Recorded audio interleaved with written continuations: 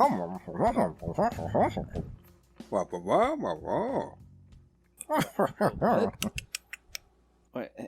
what are you guys saying?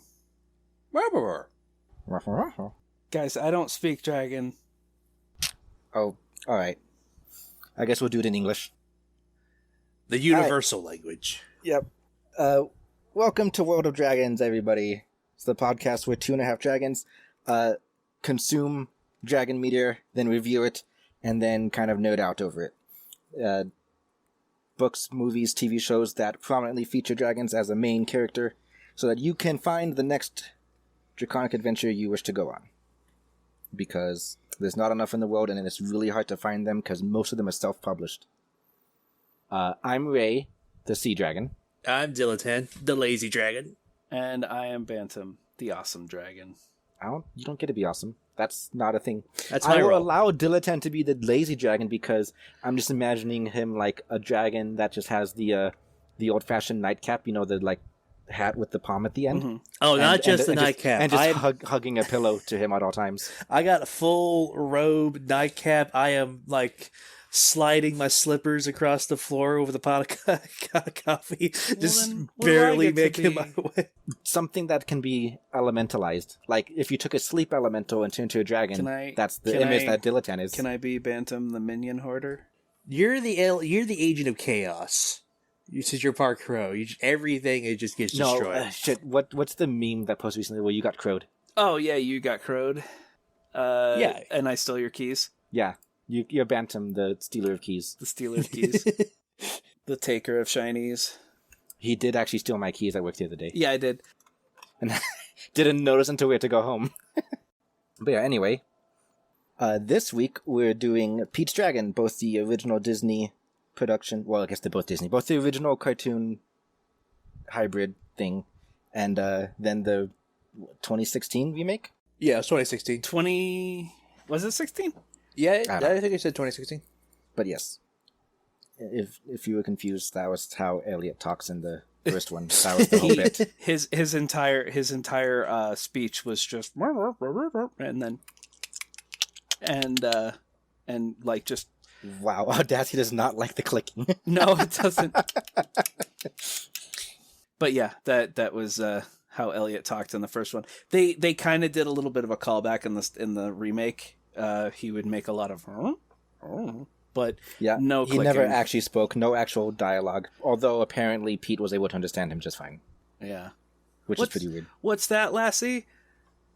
Timmy fell down the well? And it's like, what? How do you get that from the dog?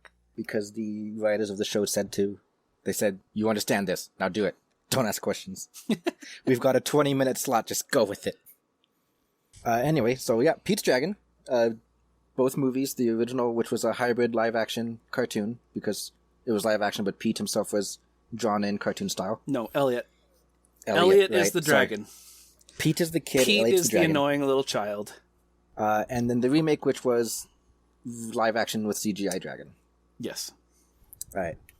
But before that, Dilettante has dragon news for everybody. Yes, I do. But nothing of note. So, today we'll be doing a Dilettante commentary. Dragon hordes. Should they only be made of gold? Studies show that most dragons have been trying to divert away from the shiny metal and been going for more traditional approaches. Some have been using gems, others have been using construction materials. But it seems the age of golden hordes has come to an end. More at 9. Well, I mean, it makes you a bigger target. If you're wearing half your horde on your head... Okay, we're not going to get into discussions about hordes right now. We could do a whole episode on that, probably arguing back and forth. Which we probably will eventually. There's just a lot of... Like I said, there's not a lot of dragon stuff out there, and it's all hard to find. But, like, this is still, like, the early life of the show, so there's still a lot to go through just for the sake of catching up, basically. Yeah. Right. Once we start running out of content, we'll start doing more discussions and debates like that. Or if our patrons say, no, we want to debate dragon hordes, go. And it's like, alright, fine, I guess. I'm going to probably start opening votes on Patreon for people that are... Is it subscribed or pledged? What's the verb for Patreon? Pledged. Okay. Pledged. For people that are pledged, it'll be like, we can do this book, this book, this book, or this stupid debate, and we'll just see what they vote. I would like to do with more than just 3 votes being cast, because that's kind of like a not real vote. I would just give our 3 people a little more voting power than the hundreds of others. That's not how democracy works. I don't know. That's exactly how democracy works. You pay money for more votes. So they, Venter, Tristanix... No, that's not how democracy works. That's how a republic works. All right. So no real dragon news, sadly. Still waiting for a lot of things to come out. I've been so bored lately. There's like 5 games I want to play, but none of them are coming out. I got back into at least a month. Skyrim, out of all things. Dude. Okay, I guess we'll talk about it again. I told these 2 audience members, but for everybody else since we're recording now, I'm probably at some point going to stream playing Skyrim because I've never done it. Like, fully, traditionally, whatever. I have like launched the game and played it and modded the shit out of it, but as far as like the story goes, never done it. Never got past whatever the town's called, Helgen, Helgen. not the town that burns down, but the first major one you go to. Oh, Riverwood. Yeah, I've never gotten past that. The one with the very first dragon that you take down. Never got past that, so I don't know the story. I know the main beats because it's an old game and I've been online, so kind of absorb it. But still. Diletan knows the intro very well. Fuck that intro. I modded it out. Diletan tried to Skyrim me the other day by sending me a video that ends in the, hey, you're finally awake. And I'm like, this doesn't make me mad, though, so it doesn't work on me. When I do that, we'll probably have the following episode be about Skyrim. We'll talk about the dragons in there, and we'll open that show by doing the intro, and Diletan's going to love it. Hey, you. Finally awake. I keep hearing rail off in my sleep. Alright, so I guess with nothing really to talk about beforehand, we'll go straight into the spoiler-free review of Pete's Dragon, and then do some spoiler stuff afterwards. Alright. The movie is 6 years old at this point. Even the remake is 6 years old at this point. I don't think we need a spoiler review. The original is like 50 years old. Yeah. No, 60 years old. Almost 60. Came out in 77? Nah, I thought it was 63. No, developed in 63. No, the movie itself took place in 1908. The movie itself was released in 77. Oh, you're at 77. Okay, I thought it was 63. Still, but that's like 45 years old. Point is, I had time. So, I guess you don't get a spoiler warning. It's old. Yep, them's the rules. According to Bantam, they're the rules. Well, it's just it the thing is that there's not really anything to talk about. Like, it's not like a book. There's not really much to talk about without spoiling. Yeah, that's a problem with movies. That's why I don't like doing movies on But the show. I love you guys doing need a break. You guys need a break from reading. Yeah, we need a break from reading. Also, there really wasn't much of a story. Yeah, there was.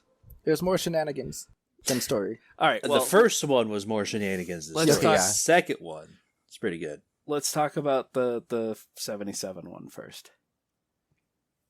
Oh, yes, Pete's Dragon, the musical. Ugh. Well, the thing is, that came from the age where all of Disney stuff is musicals. Everything was musicals. Everything, and it was such a good age. It was good. Yeah, but We not like musicals. not everything needs to be turned into a song, though. Like, some of the songs, I will admit, were pretty catchy. The one where I forget his name, but the drunk guy saw the dragon and he went into the bar and he told everyone about the dragon. The amount of choreography of like the entire bar jumping up on top of rolling barrels and singing and dancing and shit like that. It was neat.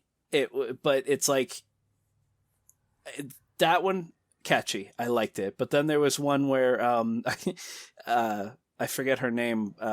Nora. I don't know any of the names. Holy shit. The one who was like the de facto mom for Pete.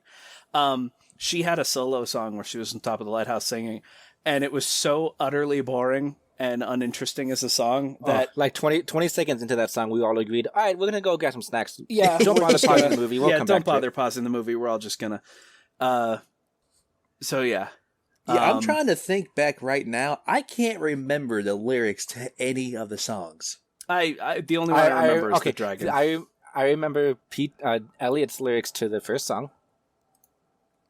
I don't remember that. Boom, boom, boom, boom, boom, boom, boom, boom, boom. That was it. There were no songs in the remake at all. They were only in the original. Yeah, the remake was all score. Overall, you'd say the songs are forgettable, though? Aside from like one or two, I think I only really like two: the Dragon song and the Everyone Deserves a Place song. Were the only good songs in my opinion. The rest of them were just kind of like, all right, enough. Stop jumping. You gotta fill the Disney song quota. The very first song in the movie was obviously the Gorgon or Goron. I don't know what the fuck their names were. The hillbillies. The hillbilly family that essentially had Pete as a slave, and they were like singing about how he needed to come back home so they could beat him and torture him and like hang him from a tree and incinerate him and shit. And it was like, whoa, And eat them. It's just, and they're singing all this out loud about the fact that because they lost their child slave labor, that they need him back because otherwise they'll all have to do work. They saved up $50.50, which this movie took place in 1908. So that would be about, we looked it up. We did the math while watching it. $1,500. They paid $1,500 to buy a child. Adopt a child. You don't buy children. She kept referring to the bill of sale, so she bought a child. But I don't know. So the movie starts with Pete wandering the swamp/forest, trying to avoid this hillbilly family that's trying to hunt him down, and he keeps talking to nothing, calling it Elliot, whatever, because Elliot can go invisible to where people can't see him. And feel free, anyone, to break in here. Yeah, I'm about to cut you off where you just talk about the entire plot line. Yeah. It's like we don't need that. We just need to know well, no one else is talking. You just kept talking. I was waiting for you to finish talking. There were a couple times I paused waiting for anyone to rubber band around the beak. Snap.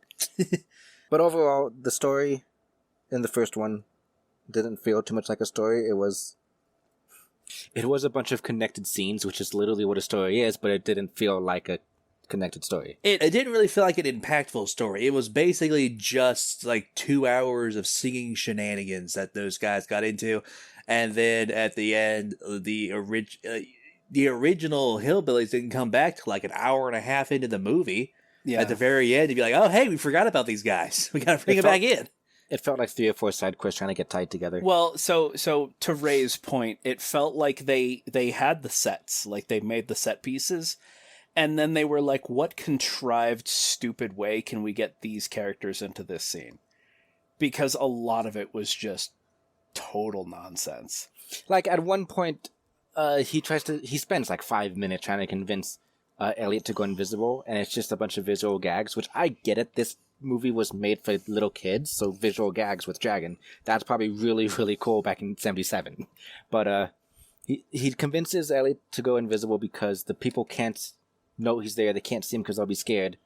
But then when he's in town being followed by an invisible dragon, the dragon's knocking things over, and then Pete is talking to Elliot and even tells people, "Oh no, it's just my dragon." It's like, what was the point of being invisible if he's going to tell me you have a dragon?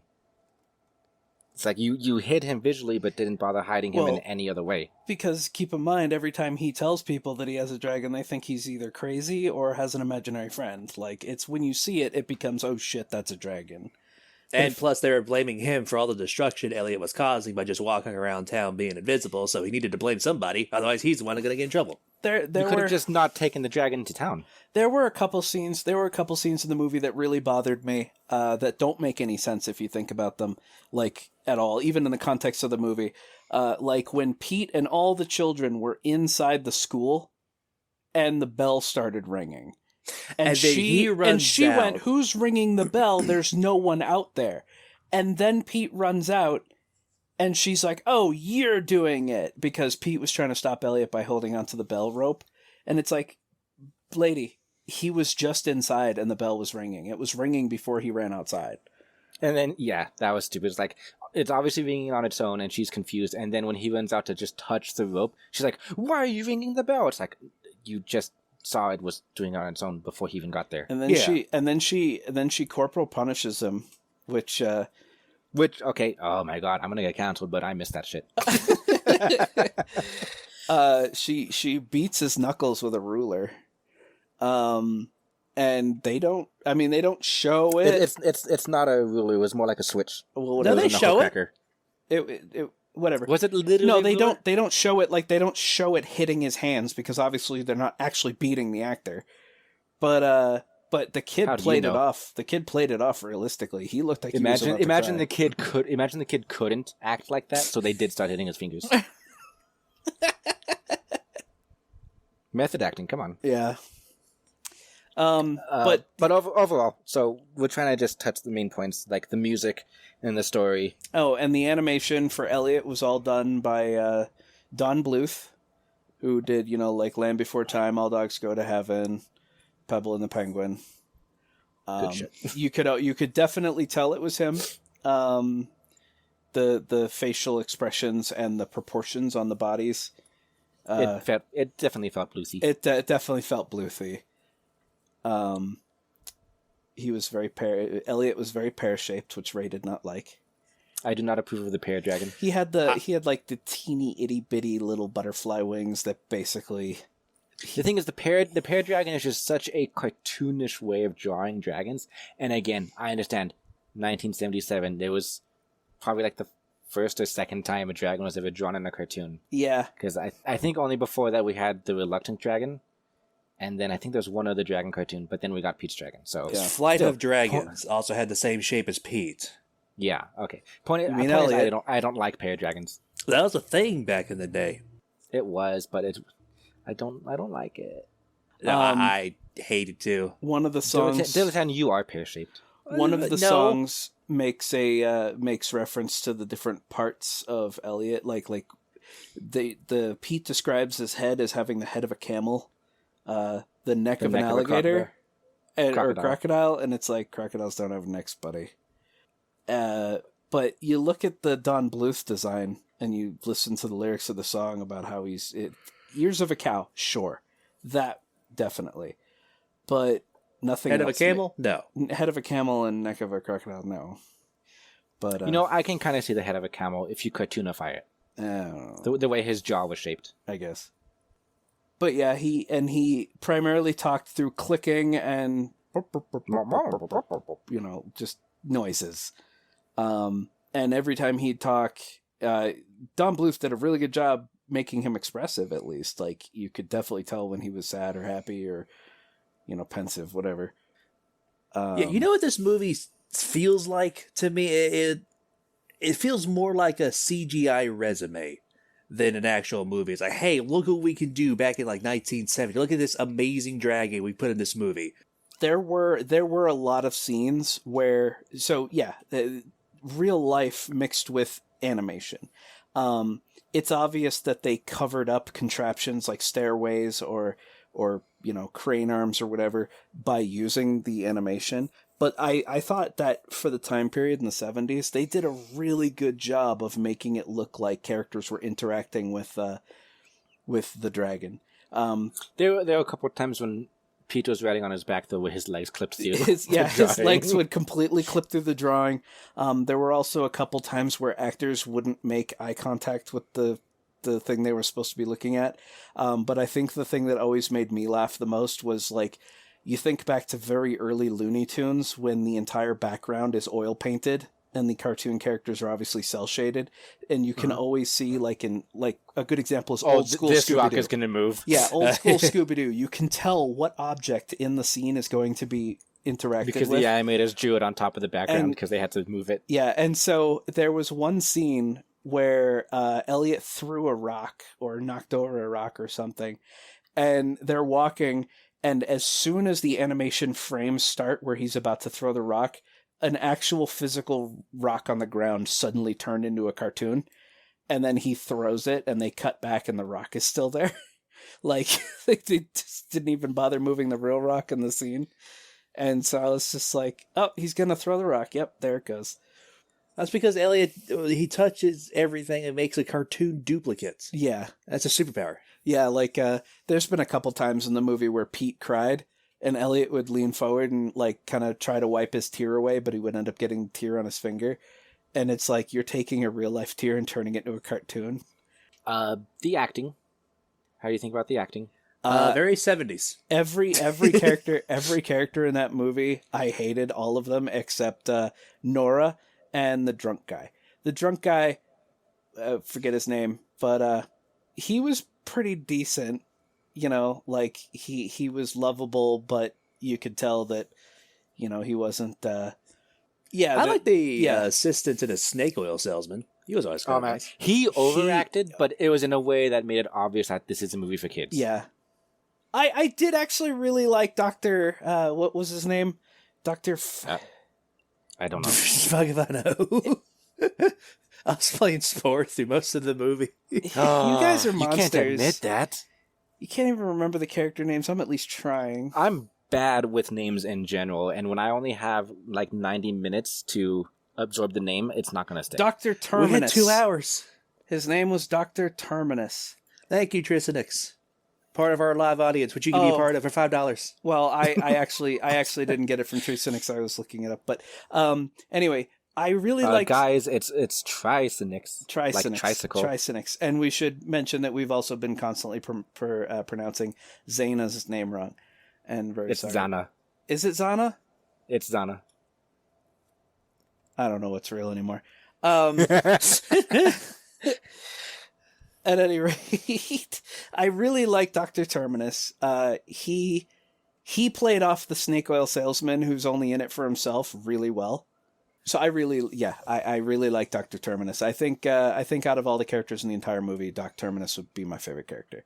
But close second is Nora. There were a couple scenes where I was just like, man, she is badass. I love Nora. Well, you know who my favorite character is? Elliot. The dragon. I'm now like across in my head. Like, do I say how is the acting of the sequel, or do I go through the next bullet point for the original and then we touch on the sequel? No, we do the entire original. Then we do your break, so you can put in your music, and then we do the remake. No, the break comes before Spoiler Town. No, we talk about the entire first movie, then you do your music, then we do the remake. Oh, okay, fine. It just doesn't make sense that the movie itself is hard enough to get through for a modern audience. Okay, in that case, so Zana is one of our audience tier members, but she isn't able to join the recording because of time zones.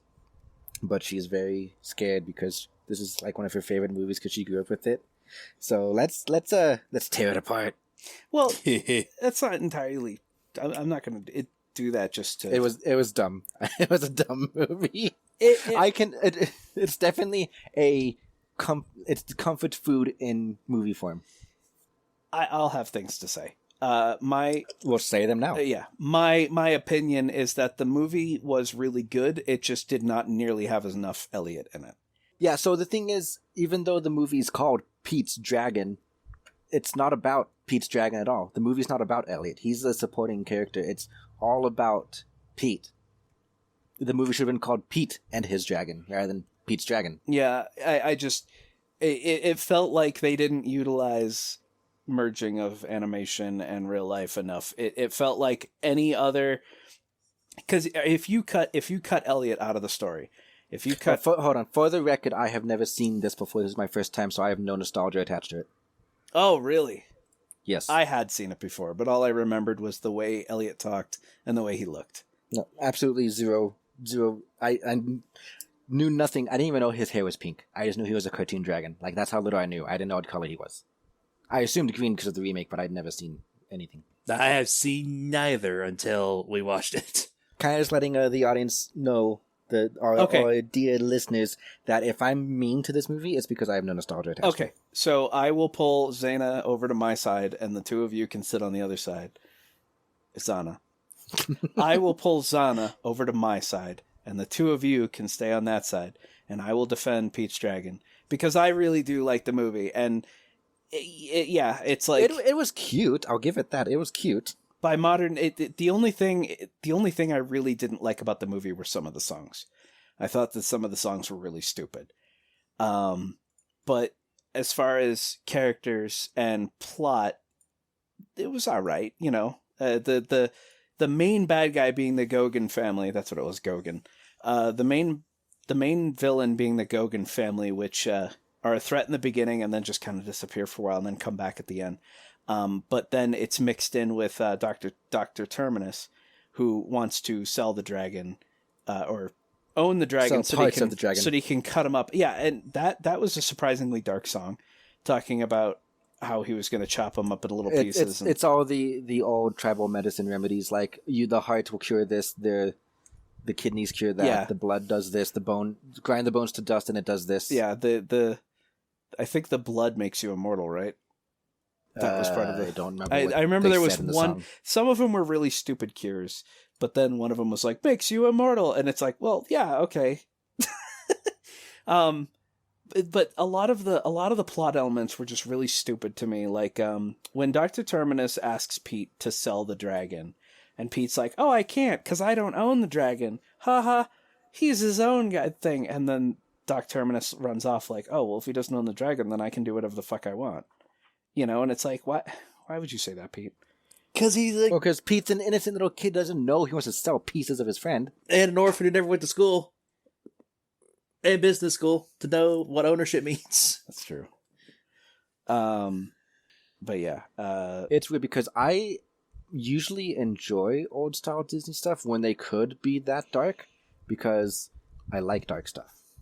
Yes, so you like do. the whole the whole song talking about what pieces of Elliot would do what. It's like I actually like that song. Like I don't like that he wants to cut up a dragon, but like I appreciate the nod to the old witch doctor medicine remedies. Yeah, I kind of enjoyed that bit. They kind of the same reason why people hunt rhinos for their horns and stuff. Well, it's not a good reason. It's not a good reason, but there's also no scientific proof that works for any of them, but whereas a dragon is a magical creature. Yeah, but the point is it's just a nod to that mindset, that I want to say culture or whatever. Yeah. And then the last thing that I want to talk about with characters and whatever is toward the end of the movie when the Gogans show back up, Nora, Lampy, and Pete are on a boat fishing, I guess.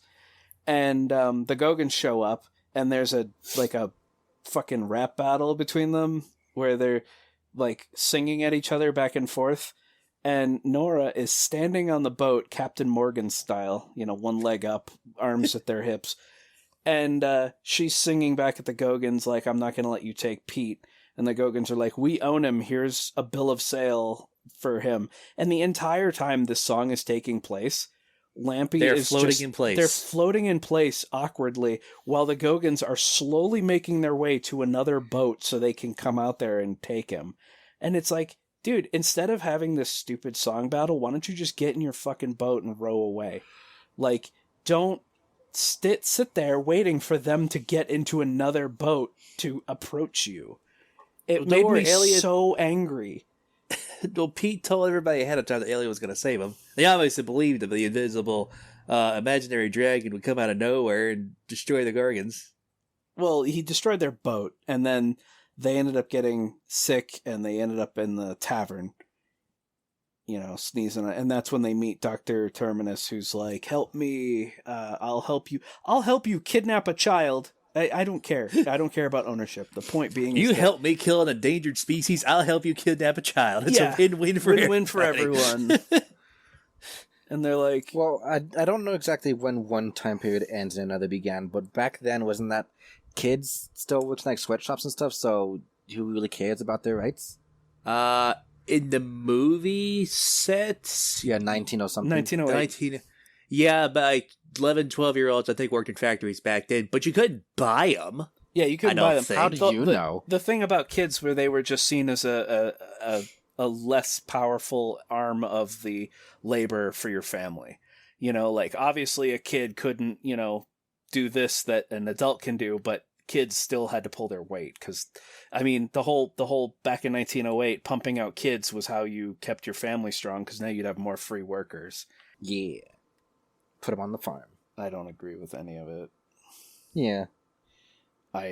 Because from the kid's point of view, it's like I didn't ask to be born and now I'm born and now I have to do this stuff because you wanted a kid. Like, fuck that.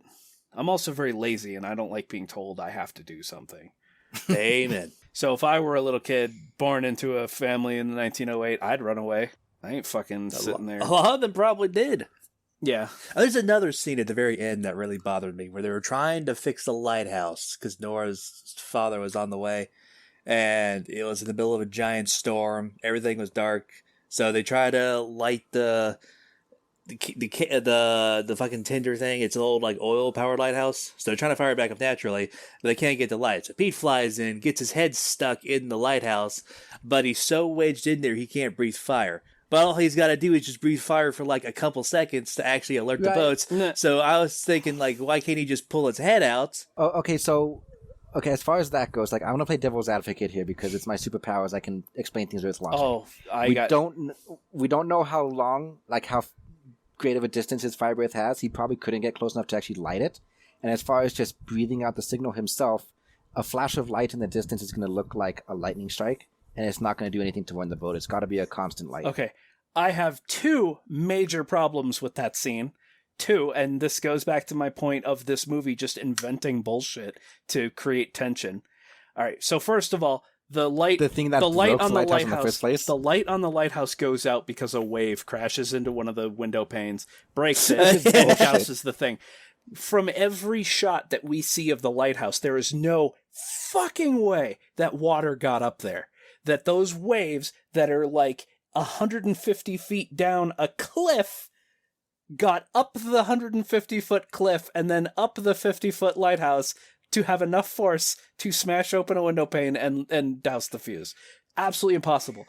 Second, when Pete is jamming his head through the door and coming up into the lighthouse, when it was even shown in the previous scene that all he had to do was just grab onto the railing at the very top and just lean over, and he wouldn't have had to jam his fucking head through the doorway. Oh, I was so angry at that. It's like, oh no, he's squeezed in. He can't do his fire. And I'm like, well, why did he? It was the contrived scenarios to create drama in a story. Yeah, and it's really stupid. It's like there was no way the lighthouse would have gone out because the thing that took it out is like, no, I think the lighthouses are built to withstand that on purpose. They are because of where they're located. But you needed it to go out so you could have that little bit of drama at the end. It's fake drama. It's yeah. Things nowadays still do that. It happens. I know. I just fucking hate it. It's like when in any movie the major conflict that drives the toward the 3/4 of the way through the movie is because a character was too afraid to just say something very simple to another character, and starts a whole fight, and everyone just and it's like, oh my god, that drives me fucking insane. I don't know. I'm getting off topic. I'm trying to think of stuff to talk about.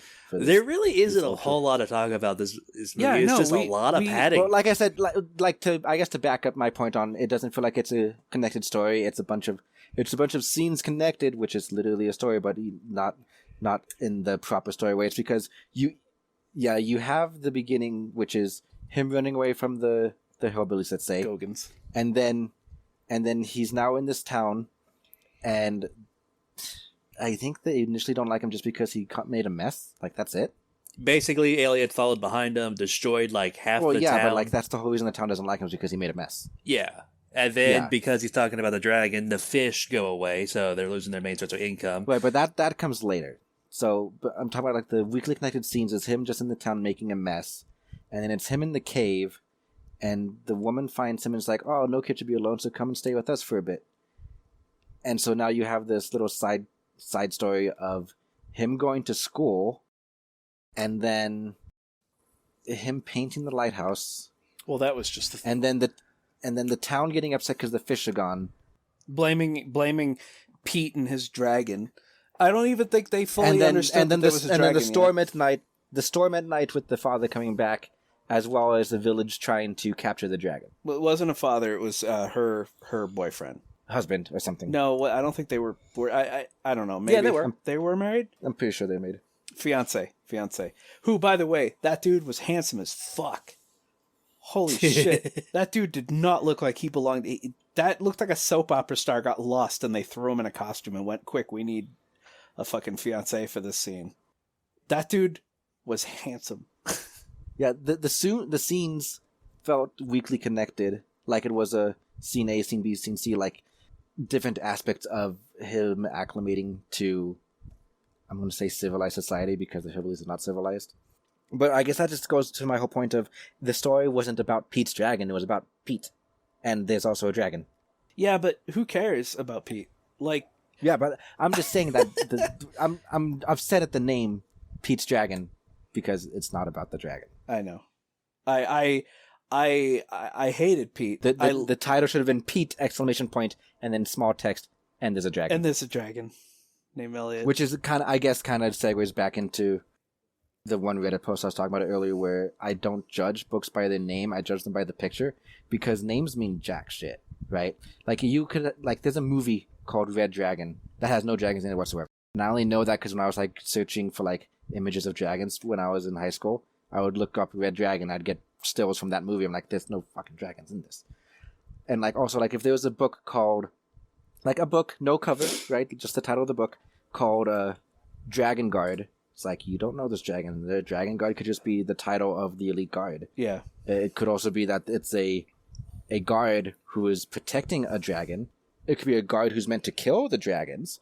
Or it could be a dragon who is a guard. You don't fucking know. The title doesn't mean shit. That's true. So it's like, you gotta go off the art on the book. Is it going to be just like a castle with some fancy dude in armor? Then there's probably no dragons. It's probably the name of the elite guard. Is it a picture of a dragon with a guy on his back? Then it's a Dragon Rider story, and he is the dragon guard because he has a dragon. Whatever, right? Yeah, no, That I agree. could be some artsy, vague insignia of a dragon, though. You think that's probably that's an arts of fiction, that was, and it turns to be an Asian armor. That was going to be my complaint, is that I've seen books where the cover is like a dagger with like a rose on top of it or something. I hate and those it's like, covers. can That you tells please me stop making nothing. artsy, stupid fucking covers? Like, look, they always Oh, you say mean you Twilight? shouldn't judge a book by its cover. I'm going to. Because if your cover is some artsy bullshit, and I read That's the literally back, what the cover is for, is to judge it's it. to judge it. It's like, I want to look at the cover of your book and roughly know what it is. Like those that joke of the kid fucking high kicking some ninjas, and then the people always joke, like 14 beers at an Applebee's. It's like, dude, that dude's fighting ninjas in street clothes on the front of the cover. I already know what I'm about to expect here. Nonsense. But let's take the most popular dragon series right now, Wings of Fire. Take Lazy Scales. I guess Wings of Fire. Well, Lazy Scales also, but Lazy Scales with no picture, right? Just a blank cover. You have no idea what the fuck you're getting into there. Yeah. Right? Wings of Fire. I guess the Dragon Net Prophecy, again with no cover. You don't really know. It could be a prophecy about like the last of the dragon kids, but again, the story follows humans, right? You don't know anything just based off titles alone. For the longest time, Twilight, I didn't know what the fuck that was about, because the original cover was just two hands holding a red apple. Yeah. They're very pale hands. Listen, I have very pale hands. Go outside. Fuck Touch outside. grass. Fuck grass. What's it ever done for me? Point being is that I'm not saying that you need to judge, that you shouldn't judge the entire book by the cover. It's just that if the cover has a dragon on it in any way, shape, or form, there better be a fucking dragon in your story. And not just like a throwaway line that one character says halfway through the book. I think there are a handful of epic fantasies that have like the cover is a dude facing off against a dragon, and the dragon never shows up in the book. So it's supposed to just give you the impression of, oh, it's just epic fantasy and this guy's badass. There was one fantasy book I bought specifically for that reason. I don't remember the name of the book. I know it was by a very famous fantasy author from back then, but it was a dude in white and silver chainmail with like a white and silver tabard. or tabard, and he had Tabard. whatever. He had a shield, and I think it was a mace or a morning star, and he was fighting against what looked like a spiky-backed lizard man who was standing up on a rock, and it was the cutest / sexiest lizard man I've ever seen on like the cover of a book.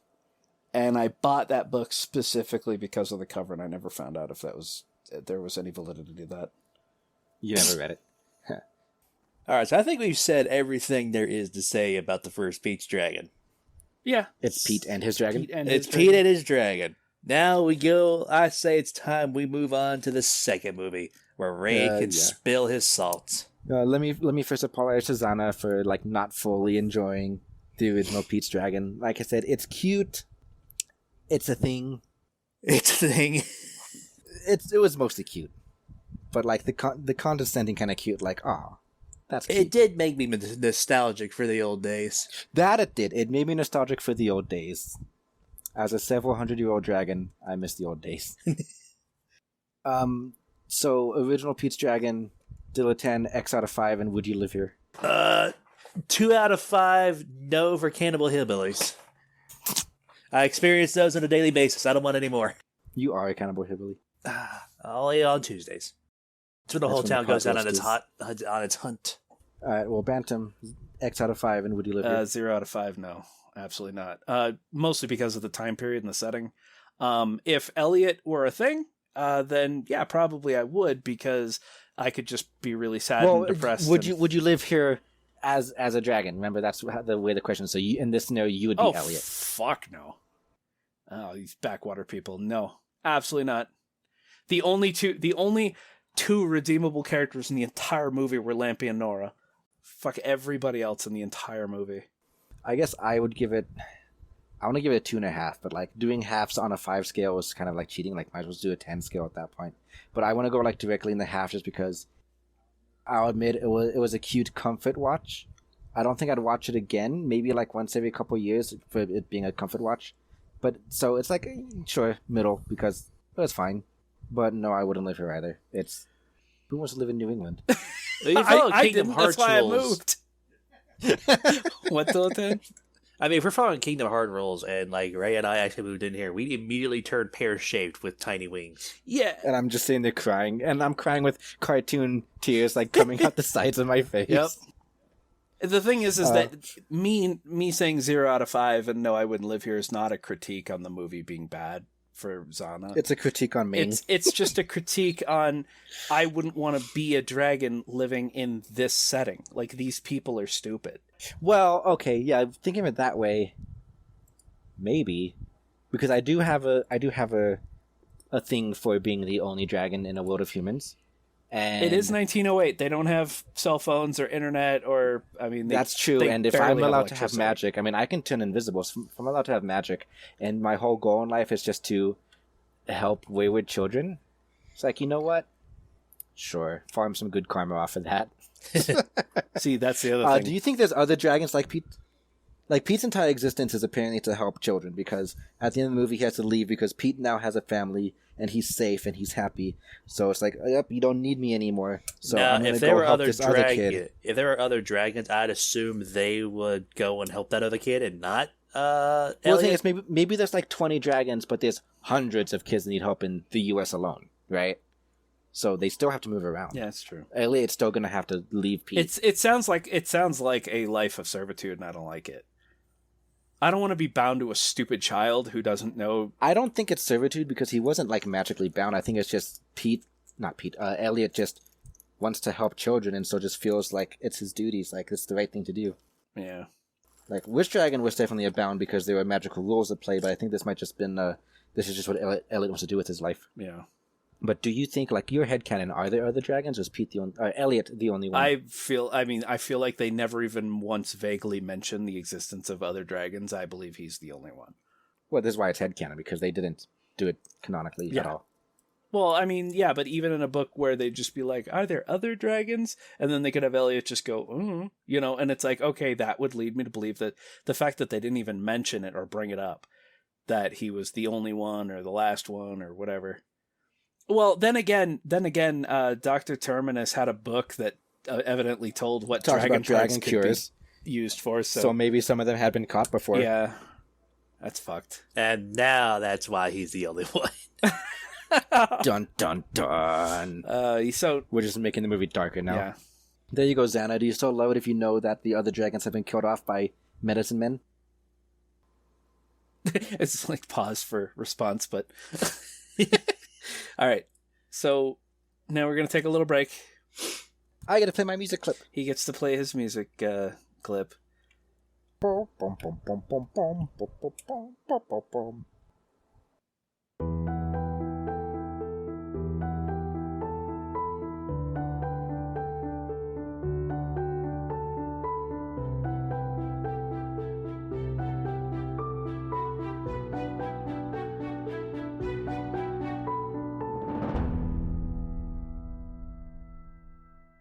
And welcome back, listeners, to the World of Dragons.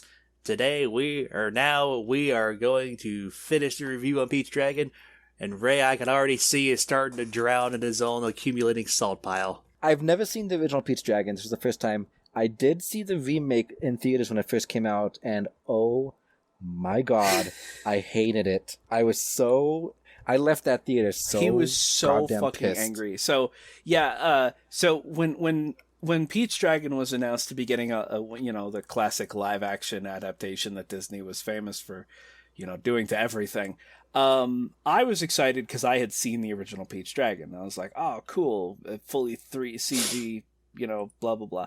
And Ray was like, oh, dragons, and so we went to go see the movie, and you could tell the moment that everything started to go off a sheer cliff for Ray. And did I do the grumpy thing where I sit there hunched in my chair with my arms folded and head down like grumpy? You were making a lot of sounds of disapproval. Like, there were times, and I vaguely recall looking over at you and hearing you go, not happy. And I'd just be like, okay. So the Peach Dragon managed to take one of my favorite actors of all time and make me hate him. Like, he did a good job acting. I just hated his character. Yeah, Carl Urban. Urgh. I love Carl Urban, and I love almost everything he's in. This movie makes me so mad. There are a couple contrivances in the plot, just like in the original Peach Dragon and the remake, that upset me, but I'll get into those later. Yeah. I guess one of the first things to touch on is how the now that we've seen the original, like, I've seen it and seen both now, but like, was it a faithful recreation? No, it's not set in 1908. Well, it's obvious. Again, this movie there's a difference between a remake and a recreation. This movie was made, so the original was made in 1977 to take place in 1908. This one was made in 2016 to take place in 1982, I think it was. So it was the 80s, no internet, and the beginning of the movie was considerably darker. So in yeah, they needed to make him an orphan somehow. They needed to make him an orphan somehow, so they had the parents swerve to avoid a deer, flip the car, and both die on impact, leaving essentially a 5-year-old to wander the forest by himself, and he gets surrounded by wolves, and then Elliot shows up, scares off the wolves, and Pete looks up at him and he's crying, and he's like, "Are you gonna eat me?" And insert juice box. I want to just kind of point out, just slightly veer off. When we did Golden Treasure, Bantam ate the kid in Lost in the Woods. Oh yeah. So yeah, Pete gets eaten in the alternate timeline where it's Bantam. Kid gets eaten. So yeah, the Pete ends up growing up for the next several years, like Tarzan, like living in the jungle. Even though he's, I guess, being quote unquote raised and protected by Elliot, he ends up running around and climbing trees like a fucking monkey. So that doesn't really make any sense. Like, the reason Tarzan grew up the way he did is because he was raised by monkeys. But he should have done a lot of jumping and clawing at trees and stuff and not climbing. Yeah, he would hop around and he would sit like a monkey does, and it's like, I guess you could chalk half of that up to just the human body shape, but it seemed a little weird that he went full Tarzan, even though he's being raised by a fucking... Well, keep in mind, he also wasn't raised from infancy. He was raised from 5 years old, so maybe he'd seen Tarzan at Jungle Book and was like, this is what it should be like. No, Disney saw the sales of Tarzan and Jungle Book, and I was like, this is how you should act. Yeah. Oh, jeez. So yeah, he ends up growing up in the woods with Elliot, and he comes across a like a logging operation that's happening. Again, this movie does take place.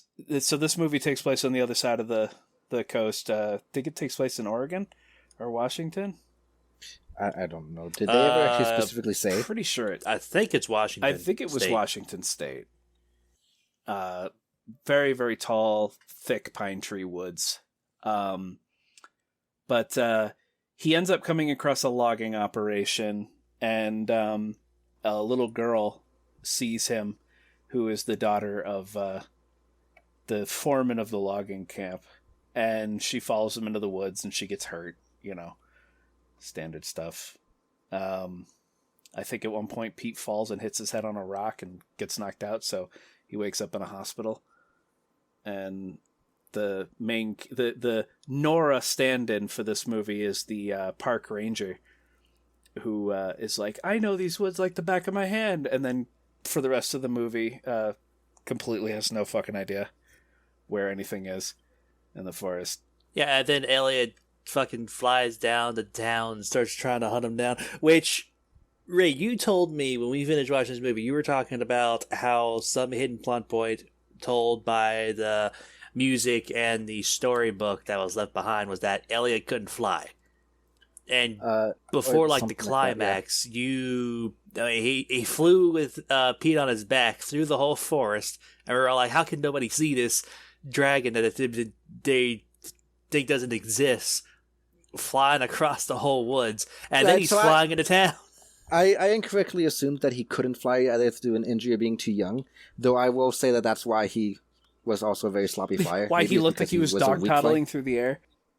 Yeah, maybe because he just was barely learning how to fly. So, but there was a hidden story where God damn it, I keep doing that. Elliot. Where Elliot got lost, and it's supposed to go hand in hand with the book that Pete's reading. That's kind of a little clever point that they did. So Elliot got lost and separated from his family. So he's lost just like Pete is. They're two lost boys together. I thought that was just for Pete himself, and Elliot just found and raised him. That's why the dog's also named Elliot. See, it's clever. It's not clever. It's stupid. It's stupid. Like the storybook where there's a character named Elliot, and he names him after Elliot, and it's like, oh, look, it's following the story beats exactly. That's stupid. That's bad. No, I'm pretty sure that book is like only there to describe how Elliot got his name. Was from the storybook. It's only there so that the dragon doesn't have to talk. So the book can do the talking for him. Because then, like, later on in the movie... Yeah, because the book is telling the dragon story. Yeah, it's stupid. The point being is Elliot got lost, separate from his family, who are up in the mountains to the north, which you find out through the song that the park ranger or her daughter sings at some point. The daughter. The daughter sings it, yeah. That's why at the end of the movie, I guess spoilers, Elliot gets to go back to his family. The fact that we're trying to talk about the dragon, but the movie is called Pete's Dragon, that's why I hate it. It's Pete and a dragon. Yeah. It's not Pete's Dragon. Oh my god. So first of all, the design of Elliot in the remake, absolutely amazing. Love it. I like the way they show first of all, the fact that he would be capable of hiding in this forest this long because he is perfectly camouflaged. Like, his fur is the exact dark shade of green that the trees are, and it's only remember, he can go invisible, too. Yeah, that's true. And whenever, I think a couple times when people touched Elliot, his fur would, like, kind of almost slightly bioluminesce. Like, it would be, like, slight magic or something like that. I think it just became more vibrant, more saturated. I think it was supposed to be some really cheesy thing on, like, how, I don't know. I felt like it was trying to be a super cheesy he needs like friendship or something to survive. because he was lost and alone, remember, separate from his family, and being all dull, whatever. And then when he finds Pete, Pete touches him and is like, "Foosh, I'm saturated again." So it's like, hey, I found a friend, which means I can continue living, right? And then the only other time he goes dull is after the humans capture him and are mean to him. So having lost the friendship, he starts to go dull and starts to die E.T. style. And then it's only after the good humans come to break him out and touch him again, he's like, oh, some humans still care about me. I guess I can be vibrant and live again. Yeah. It was also drugged. He was also drugged. So I think that was the part that I remember that Ray started taking a very abrupt turn into anger. Was so at one point Pete leads the family to the woods to meet Elliot. To meet Elliot. Yeah. And everything's great. And then the bad guy... Well, but before we talk about the bad stuff, let's just talk about the meeting at first, because you said when we were watching it, this is like the one actual, like, realistic people seeing a dragon reaction that you've seen in a long time. Yeah. I do recall that. So watching the movie again, when they first see Elliot and their reaction... So first of all, there's one of the characters has already claimed to have seen the dragon before. It was like he came face to face with him in the woods while fishing or something at one point, saw him, aimed a gun at him, immediately screamed and like ran. No, he aimed a gun at him and the dragon took the gun and snapped it in half. And then he screamed and ran. He always kind of knew that there was a dragon in the woods, he always thought. So when he saw it, he was just kind of like, oh my God, I was right. All this time I thought I was just like daydreaming or whatever. Whereas the woman... the park ranger, she was frozen. Like, she was shaking, and she looked like she was halfway between, oh my God, it's beautiful, and oh my God, I'm gonna die. Whereas the little girl was just like, yay, dragon! Like, she was all excited because it's a kid. Kids have no self-preservation. Yeah, they have no self-preservation.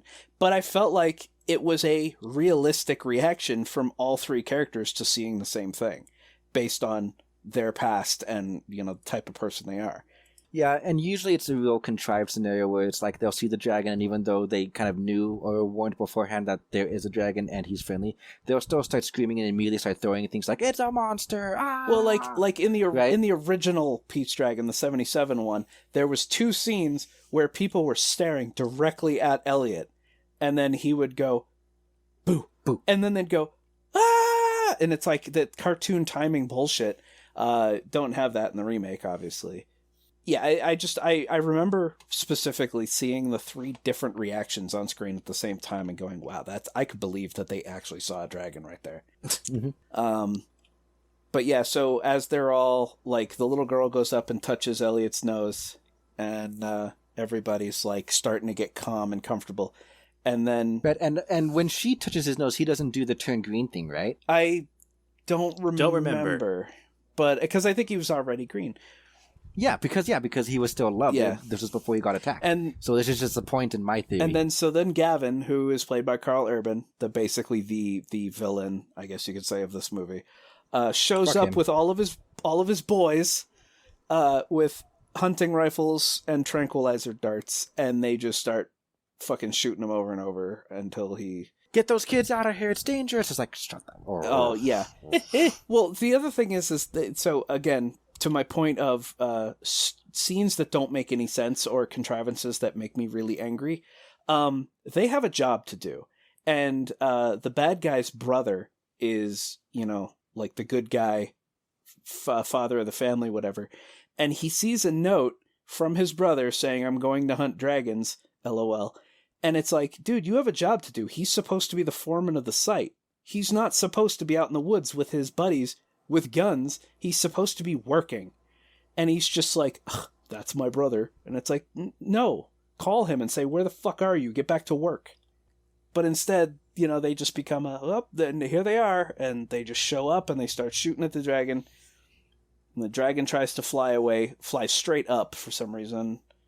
And then crashes back down, destroying the tree that was basically the roof to his cave, which destroyed his cave in the process. Rip. Yeah, it was very sad. It was Pete's treehouse also. Yeah, but underneath the tree was the cave that Elliot lived in. And when the tree smashed over, the root system crumbled the cave underneath it. I must have missed that part. Yeah, because they went back to it later and he couldn't get into his cave. Like, they were looking and it was just a mound of rubble. Oh. So it destroyed both their homes, essentially. Mm-hmm. But, yeah, that was the scene that Ray was very, very unhappy with. Well, because, okay, so this started, like, everything was fine up until then. Like, I was enjoying it. It was cute. I liked it. Elliot's CG is bloody amazing.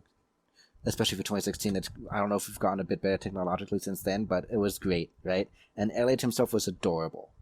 And it was good eye candy. I was just enjoying myself. The story was kind of weird at this point, because the drama hadn't come in yet. But, I was having fun. I didn't, at that point, the only, like, bad bullet point on the show's record was the cliche, no, he's got to live with humans kind of deal, right?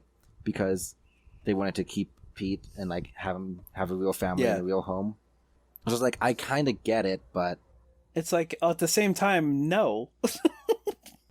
Like, it's like, I'd rather live with a dragon. When they first brought Pete to the hospital, they ended up finding out that his parents died in a car crash years ago. And it's like, at that point, you should understand that he was fine for the next few years with, whatever. I liked how they were able to tell more about Elliot, the character, through his visuals. So in the original animated one, he was pear-shaped. He had tiny, useless wings that still somehow made him fly through probably just magic.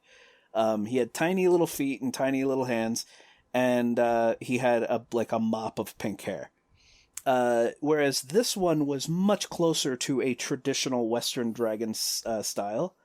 There were also some other silly things about the animated one, like he had 3 tendrils on the tip of his tail that he could use like a hand, whereas this one didn't have any of that. But one of the things I called out when we were watching the remake was Elliot has beans now. So he's got cat paws. He's basically if you took a wolf and crossed it with a dragon and then made it green. Yeah. No, saber-toothed tiger. I do believe that they weren't shown well enough that I can recall whether they were canine or feline beans, but he definitely had beans. And on top of that, he had really big, dull claws, which leads me to believe that they didn't really have to do much hunting. I like the dull claws. Ray does not. Well, holy Elliot's shit, they never said what Elliot eats. Yeah. Did they say what he eats at some point? Well, not in the remake, but in the original one, he's a herbivore. But remember? We only care about the Snagging on remake, apples. because they can change stuff. Well, but like in the remake, they never touch on that. for obvious reasons, probably. Probably for obvious reasons, because that was one of my Disney, you cowards. That was one of my thoughts. It's like, what does he eat in the woods? Like, if obviously other animals, like even wolves, are scared of him. Yeah, it's like when they took Pete to the hospital, they mentioned that there was no signs of malnourishment, which means he had to be eating meat to get like his protein and his iron and all that, right? So very obviously there was hunting going on. So in my head, it eats meat, and you can't change that. Okay, I mean I agree.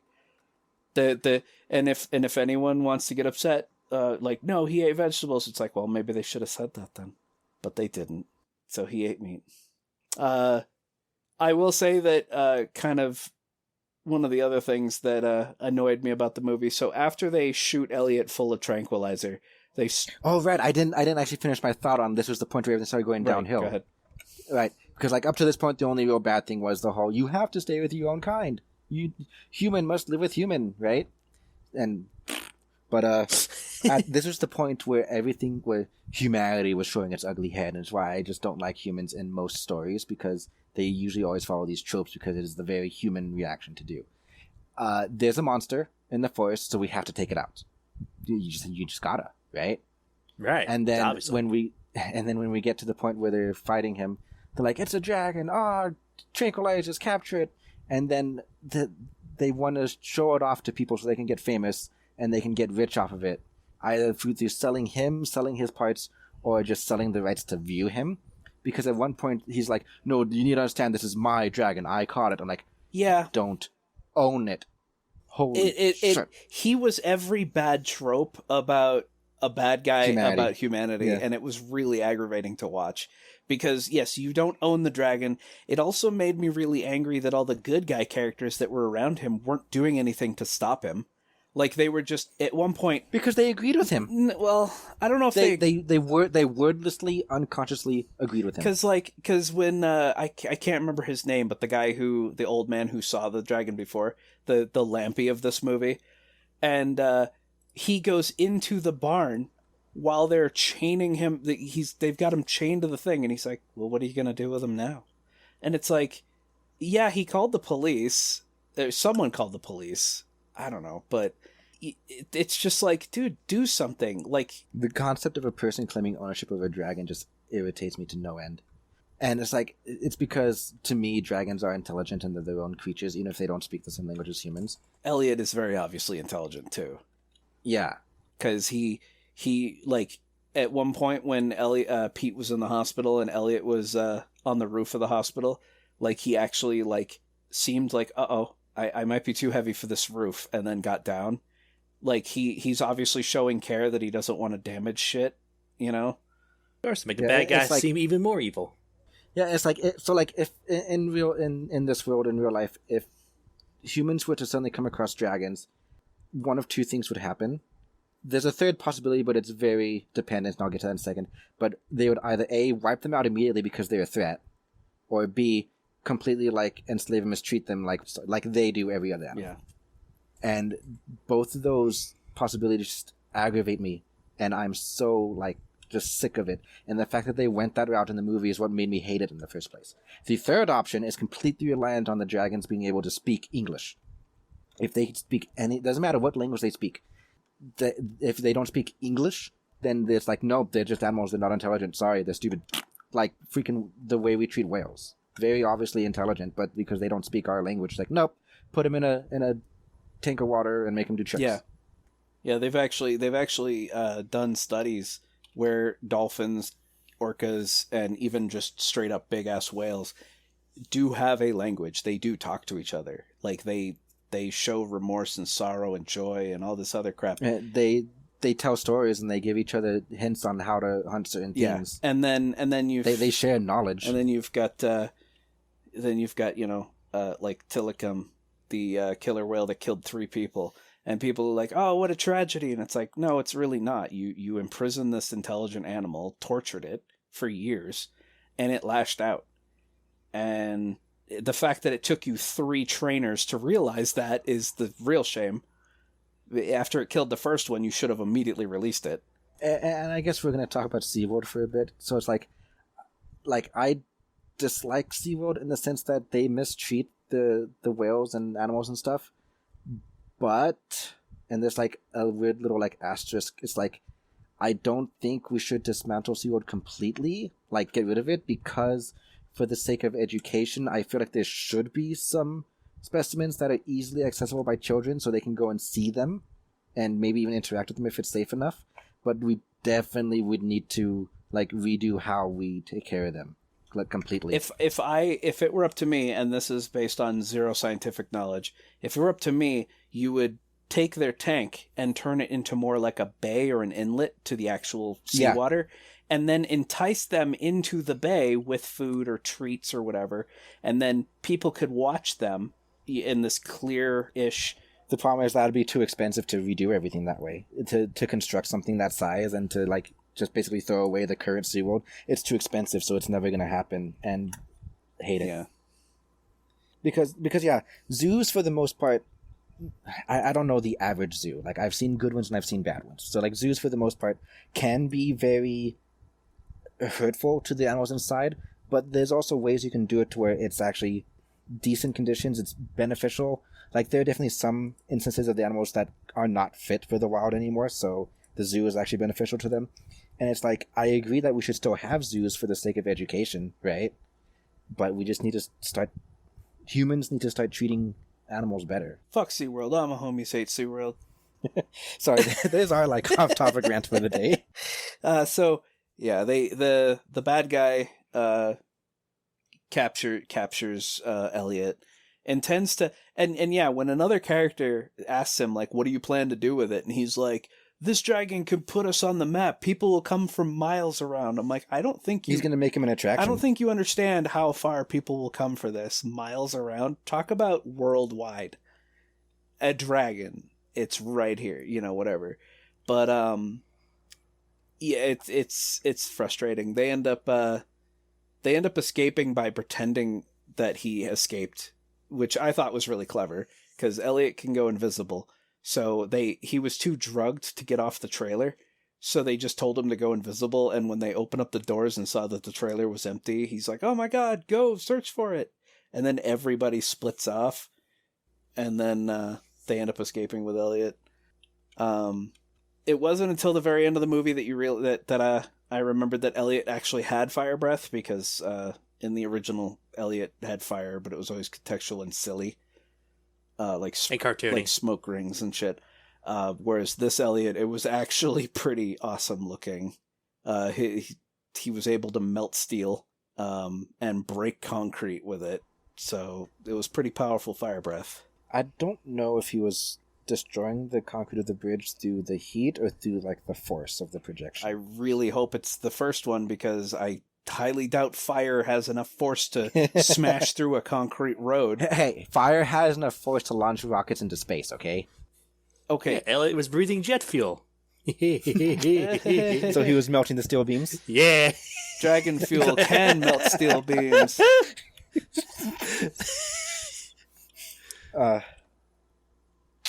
We're American, we can make these jokes. So yeah, overall the plot, I like the plot of the remake more, even though it makes Ray angrier. It's unfortunately realistic.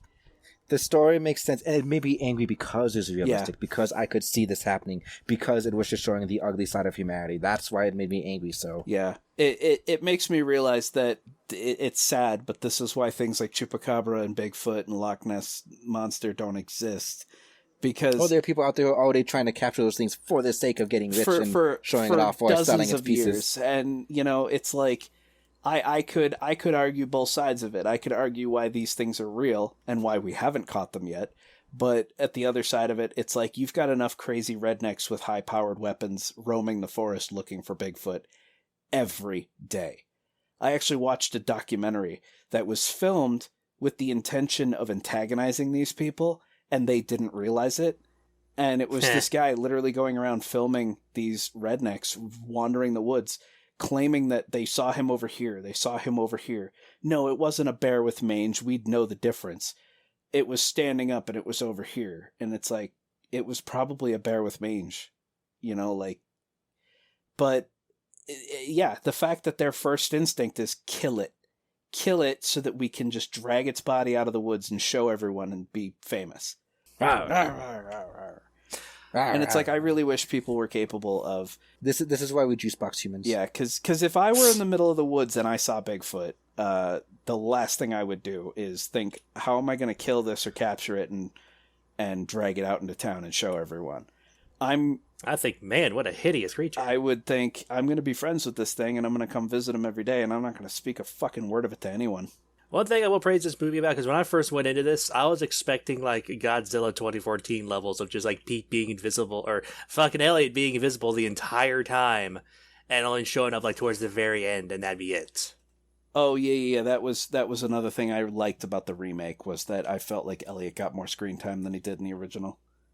It's like, I understand Ray's right. The movie's called Pete's Dragon. The movie's supposed to be centered around Pete, but I don't give a fuck about Pete. I only care about Elliot.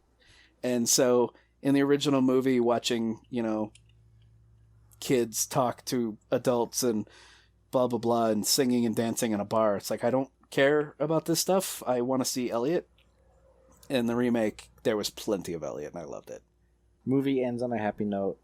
Elliot gets back to the mountains with his family, and you get to see other dragons, so we have confirmation he's not the only one. Which is also better than the original. Yeah, but it's like, at the time, I was so angry at the way the humans acted in the movie that little silver lining just couldn't cheer me up. Afterwards, I still left the theater upset. Yeah. I didn't get nearly as mad this time because, having seen before, I knew what to expect, and I knew how it ends, so it's like, it's okay, but it's like, I still got annoyed by the way they acted. It was fun listening to Ray, hearing it in his voice whenever Ray would say something. At one point, I was like, "Oh, here we Here go." we go. And there was another time where I think it was as they were shooting Elliot with the tranquilizer darts and just hearing Ray go, just this like seething rage that's ready to come out. When he first brought that up, I thought Elliot was going to die at the very end. No, and I really wanted to tell you while we were watching it, like, no, he doesn't die, don't worry. And Ray's like, don't spoil it. And I'm like, all right. I think I told you that, yeah, Elliot gets shot. I didn't say with what, but he gets shot. Sneaky Ray. Oh, any other thoughts? Just, I like bits of the movie that you want to discuss or gripe about? There were a couple gripes that I had. Didn't write them down. I don't write anything down. Who writes anymore these days? Writing's for nerds. I should, but the problem is you know the way I type. If I'm writing notes, I have to be 100% devoted to taking those notes, and then I'm not paying attention to the movie. And so you can just watch the movie while your hands are typing on the other monitor. I can't do that. That's not how that works. I'm a hunt and pecker. I have to stare at the keyboard while I'm typing. And then I have to look back up and make sure I didn't misspell anything. So that's why I don't take notes, because like I can't text someone and Ray will be talking to me and I'll have my phone in my hands. And then by the time I'm done typing, he'll be like, "You didn't hear what I said, did you?" And I was like, "Nope." And it's really annoying. But if someone is talking to me and then I pull out my phone, I'll end up typing what they're saying by accident. Oh, I do that all the time. So, yeah, I don't take notes because I prefer to drown in the content first, and then if anything sticks out to me, I'll take notes or whatever, but I believe I was exhausted after those movies, so. But yeah, I liked the remake more because it was a more realistic story, and, like, controversial opinion, I don't like musicals. I really don't. There's only one musical that there's two. There's two instances of musicals which I really loved. Little Shop of Horrors, loved it. All of it. Obviously. But the only other one was the movie Enchanted, was it? Yeah, the one where the princess goes to real life. A princess from a cartoon goes to real life, and she starts singing and dancing, and people join in, and the main, handsome guy character is looking around in complete, confusion. Like, why do you all know the words? Why is everyone singing and dancing? Like, he was me. This is stupid. Why is this happening? And it's like, I don't like musicals. I think you can tell a story without breaking into song every 5 minutes. I like musicals. I don't like. I love them. There's only a couple I haven't liked, but I can't remember them. Venter, I love Lion King. I just don't think it needs. That's a musical. I just don't think it needs songs.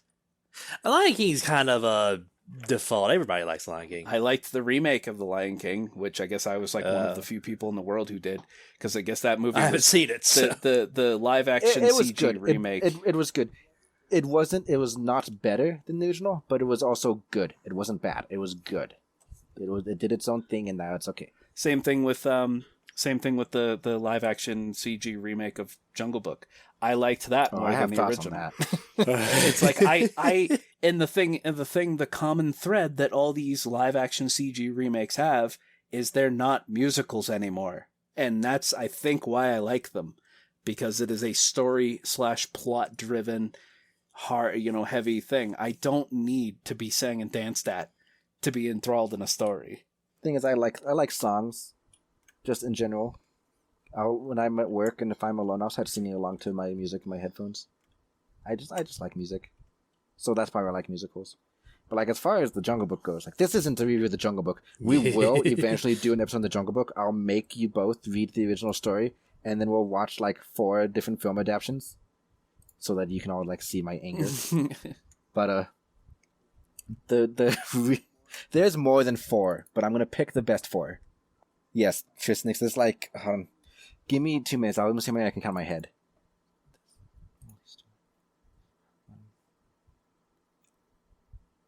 Always making us read. How dare you? If we count the anime. It's just out of context, that's the greatest. If we count the anime, If we count the anime, I can think of 7 unique ones. 8. I forgot the Netflix one. I can count 8 unique ones if we count the anime, and there's probably more that I forgot. Of what? Jungle Book. Oh, yeah. Well, yeah. That's why when What's His Bucket announced he was doing an adaptation of Jungle Book for Netflix, most people in the comments of like the interview were like, "Do you really need another Jungle Book?" Because they feel like it's overdone. Is that the one? You talking about the one where? Yes. That fucked me up. Spoilers. That you can cut that. But holy crap, But that whole movie effed me up hard. Dude, I hate that movie because in the interview he said he wanted to be true to the original. Yeah. Right? And then he changed so much. I'm like, fuck you. It was you bait and switch piece It was of the shit. guy who played... But as far as the Disney remake goes, like, I have a couple problems with the Disney remake. Most of them are centered around Ka, because most of my grips are always centered around Ka. But it's the fact that in the original story, Ka was my favorite character from, like, his actual personality and what he was. And every single adaptation, except for 2, there are 2, but every single adaptation has changed Ka so much. They've made him a villain in every single one, except for the 2 good ones where they kept him being a friend. And then, yeah, all the recent ones have turned him female, including that new cartoon, like Jungle Book 4D or whatever. It's, again, not even just female, but now a ditzy female. Ditzy, like, she's a ditzy. God. The only scene that I've seen, because it was forced on me, and I knew I didn't want to watch it, but there was one scene that was forced on me where Mowgli just casually walks up to her, and he's like, "Hey, Ka, I need your help." And she, like, tries to attack him, and he's like, "Oh, law of the jungle." And she's like, "Oh, why didn't you say so?" And she just stops attacking him. I don't think he says that. He says something like it's to help somebody else, and it's like, "Oh, why didn't you say so?" Like, I think he named somebody. So Venter, Ka is not supposed to be a manipulative character at all. No, Ka was actually a good guy. Is a wise and gentle teacher and friend. There were times where Mowgli would be sitting with Ka and they're talking about jungle history stuff. There's a couple other times where there's the red dogs are coming and they don't know how to stop them. So Mowgli goes to Ka because Ka is old and wise and asks him for advice on how to stop this thing. So Ka is a good guy. You remember the Disney version of him hypnotizing and attacking Mowgli. So you are one of the... I'm sorry, Venter, but you're one of those scumbags who have confused Disney with canon. Yeah. All right. Don't call our audience scumbags, Ray. First of all, holy crap. We don't have to call him bastard, but I didn't say bastard. You did say you're one of those bastards. So I said scumbags. Scumbags, whatever. Venter, all right. Venter, I'm sorry, I love you, but I just have strong feelings about this because I love the original story so much. Yeah. So basically, Shere Khan wasn't even a bad guy at that point. He disagreed with a human being in the jungle, but Shere Khan was a bad guy in the sense that he actually did want to kill and eat Mowgli. Yeah. And instead of Ka being, I guess you could say, like a minion, there was, what was his name? Tabaxi? Tabaki, the little maned wolf / hyena. Good luck even finding it. It's easy. You can go buy the original story at freaking Barnes and Noble. I'm talking everywhere. About the cartoon, the one where the cartoon is dumb. Read the story. Don't watch the cartoon. The story is hard. But that's reading. The story is hard to get through. That's because you can't read. That's because it's written by someone in the 1800s. Is it really that old? Oh my god! It was. Yeah, it's old. Oh, it's gonna sound like William Shakespeare shit, isn't it? The Jungle Book. Pretty close. The Jungle Book was written.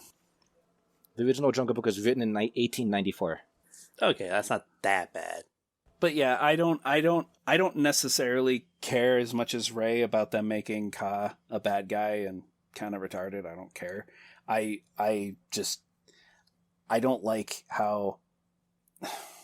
I guess I do care. The thing is that Disney absolutely did not, and this was part of. Fun fact: Jungle Book was the last movie that Walt Disney himself was personally involved with before his death. So everything. So he's the bastard. He died shortly after the movie, and so Jungle Book was the last animated movie that Walt Disney personally saw happen. And yeah, he was quoted as saying that he can't have anybody seeing a snake as a role model, so they had to make him evil because that's the way it is in the Bible. And Fuck the so Bible. because of Christian values, he turned Ka into a villain, and a stupid one at that. He took the wisest and oldest of the jungle, who was one of Mowgli's closest friends, and turned him into a stupid moron. So at any rate, back to Pete Dragon. I'm probably going to cut out that entire Jungle Book section. Yeah.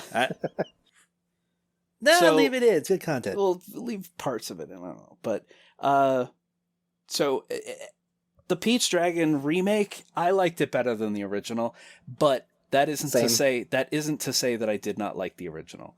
I actually saw the original when I was a little kid, and I remember that kind of sparked my interest in fantasy creatures in general.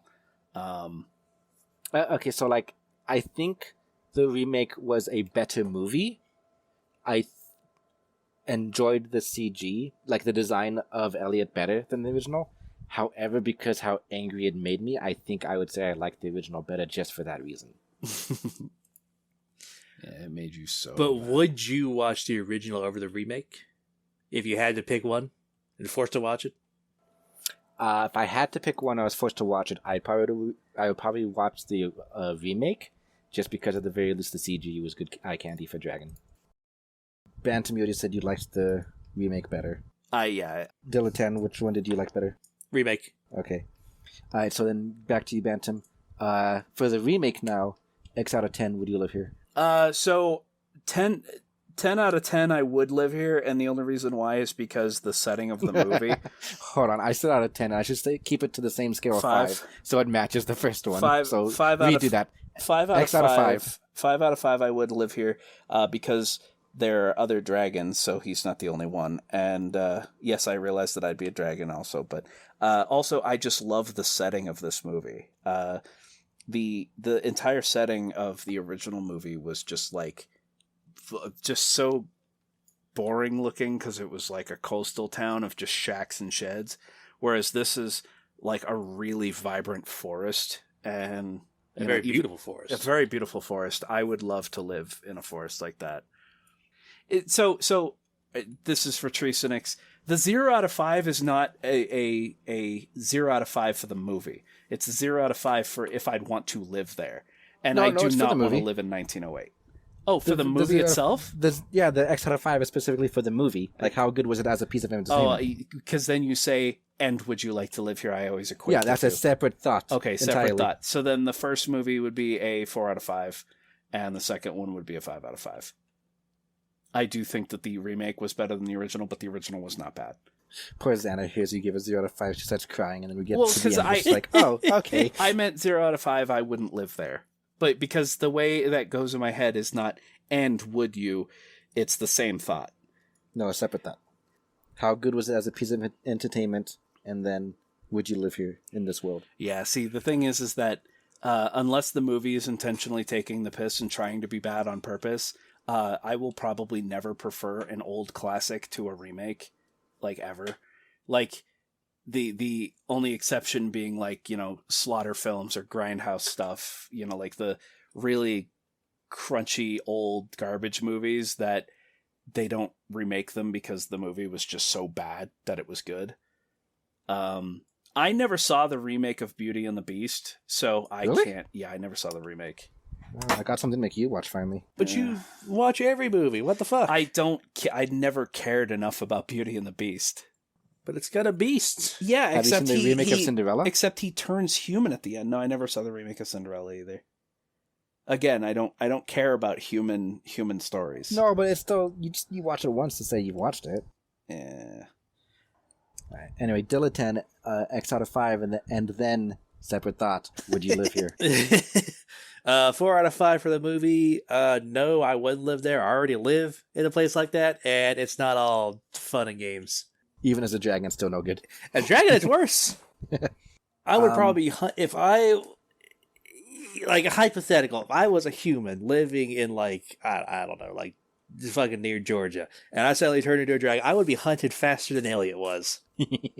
I give it a 4 out of 5, even though I say I hated it and made me angry. that's not really the movie's fault. Like, the fact that it made me angry means it did really good on its portrayal of people's reactions and thoughts and all that. So if this movie that's more of an on me thing. If this movie took place in any country aside from America, it would be a completely different story because you wouldn't have everybody running around with guns. Yeah. So yeah, 4 out of 5 for the movie. Most of its points are coming from CG because CA CG dragons. Also, where the fuck did Gavin get tranquilizer darts? Yeah, you can't just buy those, I don't think. Well, it's not even that. It's the logistics of getting tranquilizer darts. I could understand him having the rifle because, it's a forest and you can go hunting and stuff. But where do you just come up with tranquilizer darts at the last fucking second? Movie magic. Yeah. Me living here depends entirely on what I'm allowed to do after the movie stops rolling. Because, like, so the entire setting of it being like a forest full of dragons that live in the mountains, but a forest full of dragons, and then there's a logging company. It's like, if I'm allowed to, like, attack the logging company and protect the forest, then 100% I'm staying here for the sake of protecting the forest, because fuck you, illegal loggers. Well, that's what Elliot was doing. He was destroying all the equipment. Not on purpose. Yes, he was. I'm pretty sure.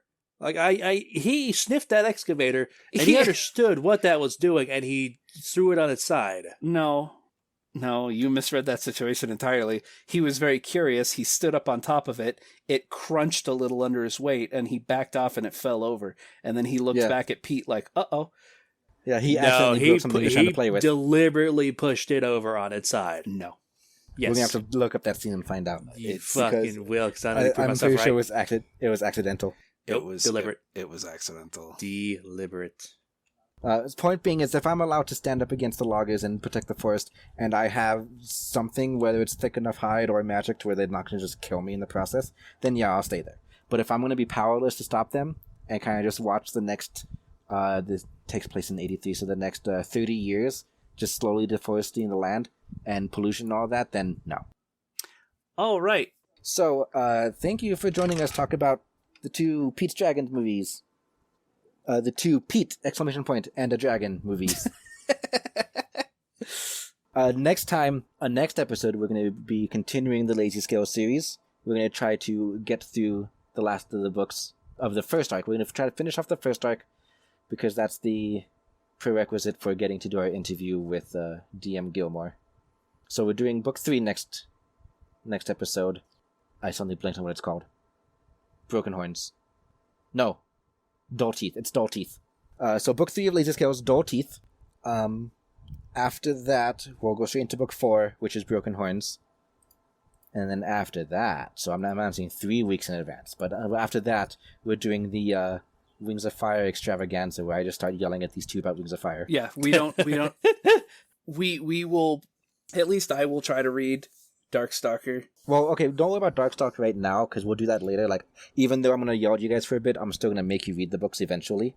This is kind of just tackling the entire series all in one, just so I can post it to the Wings of Fire subreddit and try to get some viewers that way. So, Banton, tell us where they can get in contact with us. All right. So, because with the anniversary coming up, I would like some viewer mail to read through. Questions for us, asking us our favorite whatevers, telling us your favorite whatevers, and just, yeah. I'll put something on the Discord too, or you can. So you can find us on Twitter at officialwadpod. Our email is wadpodcastmail@gmail.com. And we do have a Patreon at patreon.com/worldofdragonspodcast. A $1 tier will just be a thank you. Like, just hey, you want to support, but that's all you can do, so we appreciate it. It's great. The $5 tier gets you you become an audience member. You can sit in on our recordings live, like Venter and Trisnix are here, and you'll also have access to the raw, unedited footage in case you couldn't make the live recording. And then I'm thinking a $10 tier where we will basically just personalized thank you, shout out, name drop at the end of the show, like right here. So I guess, yeah, thanks again for joining us, and we hope to see you next time. See you later. Goodbye.